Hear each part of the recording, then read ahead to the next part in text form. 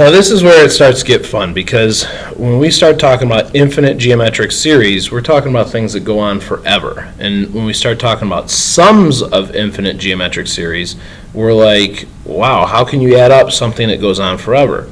An example of this is if I were in class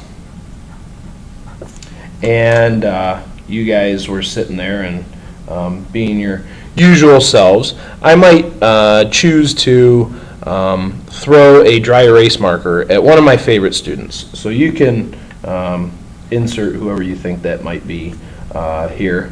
And so you're mouthing off or whatever, and I'm going to go and I'm going to throw a dry erase marker at you or at somebody else.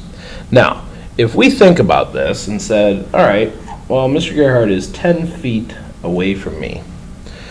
Theoretically, at some point, that marker is going to travel half the distance, 5 feet. And then it's going to travel half the distance more. And then half of the remaining distance. And then half of that. And so on and so on. Well, eventually, that marker is going to just keep going half and half and half and half. And if it's only going half the distance over a certain time, it's never going to reach you, theoretically.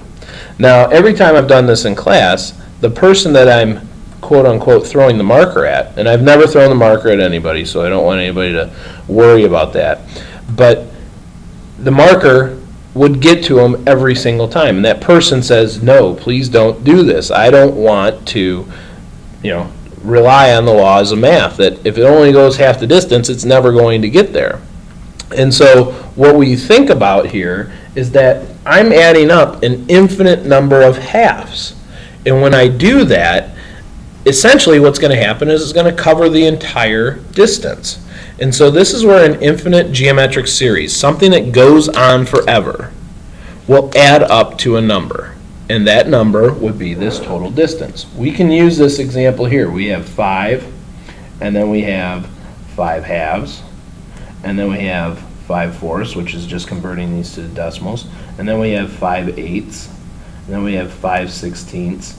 And you can see that I'm multiplying by a half each time, and I'm going to add all those up. Well, in this case, my R value is 1/2, which is good because absolute value of R has to be less than 1 for there to be an infinite geometric series with a sum. All right. Our first term is 5 because that first half of the distance is 5 feet. And what happens now is I plug them into this formula, and I say the infinite sum is equal to 5 over 1 minus 1/2. Well, 1 minus 1/2 is 1/2. 5 divided by 1/2 is 10, which would make sense that if I added up all these infinite pieces, all right, it's going to add up to 10 because that's how far the marker has to travel to hit to the person that I'm throwing it at. All right, so as long as that R value is less than 1, we can go ahead and add them up. And we just used this formula here. So if you haven't noticed, there's a lot of formulas. This is another one. We're going to need to write those down and make sure we know those. Okay? Let's do example 6 here. We say find the sum S of the infinite geometric series, 5 plus 5/9 plus 5/81 plus 5/729. I'm hoping, again, that you can see that we're multiplying by 1/9 here.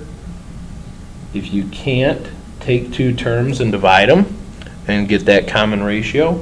But we have a sub 1 equals 5. We have r equals 1/9. And now to find the infinite geometric sum, we're just going to use a sub 1 over 1 minus r. So in this case, it's going to be 5 over 1 minus 1/9. So it's 5 over 8/9. If I have division, I'm going to say 5 times 9/8, which is going to be 45/8. And so that's the infinite sum of that series.